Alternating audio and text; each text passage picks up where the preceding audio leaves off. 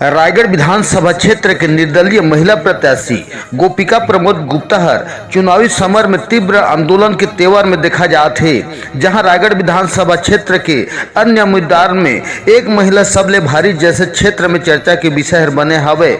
जहां रायगढ़ विधानसभा क्षेत्र में प्रचंड बहुमत ले विजय हासिल करे में अग्रणी बने हवे।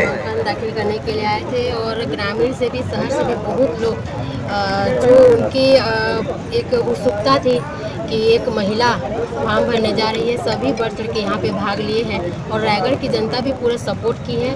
और लेकिन आज थोड़ा सा लेट होने के चक्कर में हम लोगों का फॉर्म थोड़ा जमा नहीं हो पाया है, लेकिन वो मंडे को होगा, सोमवार को।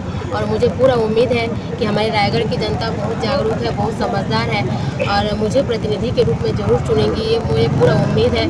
और क्योंकि आप मीडिया वाले हो, आप भी भली भांति जानते हो, आप मीडिया वाले जो सही है उसको ही आप लोग बताते हैं। पार्टी के बड़े नेता कितने सपोर्ट में हैं आपके? आपने बगावत किया पार्टी से? कि मैं पार्टी के बड़े नेताओं के बारे में ज़्यादा नहीं कहना चाहूँगी। मेरा उनसे जो भी बातचीत हुआ है अभी तक का, मैं तो अपने जो भी संघर्ष को मैं कर रही हूँ, जो हक की लड़ाई को लड़ रही हूँ, मैं अपने जनता के भरोसे ही लड़ रही हूँ।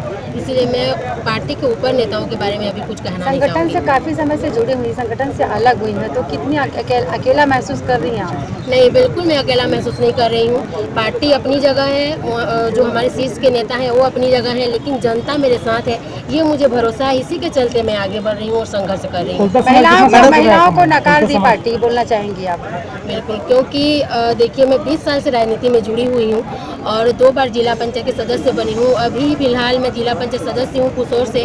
जब जिला पंचायत का टिकट मेरे को नहीं मिला, क्योंकि यहाँ से भी जो हमारे भाजपा के नेता रहते हैं वही लोग घोषित करते हैं कि ये हमारी उम्मीदवार है, लेकिन मेरे को जिला पंचायत से उस समय भी उम्मीदवार बनाया नहीं गया था और उस समय भी मैं निर्दलीय में ही चुनाव लड़ी हूँ और निर्दलीय लड़के मैं 3000 वोटों से जीती हूँ। और मेरी जनता है जो मुझे आज जिताई है और इस स्थान तक पहुँचाई है। आगे भी जो मेरी जनता चाहेगी वही होगा। मुझे लगता है कि मेरे रायगढ़ की जो जनता है मेरी सपोर्ट जरूर करेगी। कितना सपोर्ट कर रहे हैं आपको? हमारा समाज बाहुल्य समाज है और समाज बहुत सपोर्ट में है। अभी समाज वाले भी पूरा यहाँ पे आए हुए थे और मैं पहले से भी खाली समाज विशेष पर नहीं चलती हूँ। मुझे सबका साथ सबका विकास, यही भावना को लेकर मैं चलती हूँ, इसीलिए मुझे सपोर्ट मिलता है और आने वाले समय में भी मुझे सभी वर्गों का सपोर्ट मिलेगा। मैडम एक बात और है, पिछले 2 चुनाव में विलीज गुप्ता जी भी आप लोग के समाज से टिकट मांगे थे, ना मिलने की वजह से निर्दलीय खड़े हुए, लेकिन पार्टी के दबाव की वजह से वो अपना नामांकन वापस लिए थे। तो ऐसा कोई स्थिति थोड़ी पैदा हो? नहीं, मेरा इतिहास है, मैं 4 बार चुनाव लड़ चुकी हूँ और नामांकन भरती हूँ तो मैं वापस नहीं लेती। मैं अपने स्थान पर अड़िग हूँ और मैं चुनाव को लड़ूंगी, क्योंकि ये हक की लड़ाई है, महिलाओं की हक की लड़ाई है, हमारे रायगढ़ जिले की हक की लड़ाई है, जो कि यहाँ हम वर्षों से मेहनत कर रहे हैं और कोई भी चाहता है कि यदि कोई मेहनत करे तो इसका फल जरूर एक न एक दिन मिलता है, जो फल आज रायगढ़ को नहीं मिला है। लेकिन दूसरे यहाँ से आके हमारे यहाँ जो प्रत्याशी घोषित किए हैं उसके लिए हम लोग नाराजगी है, ना कि पार्टी से। पार्टी का सम्मान अभी भी करती हूँ, मैं पार्टी के सदस्य अभी भी। एक क्वेश्चन और था, कोलता समाज में भी कई लोग बीजेपी से हैं, कई लोग कांग्रेस से हैं, तो क्या ये एकजुट हो पाएंगे?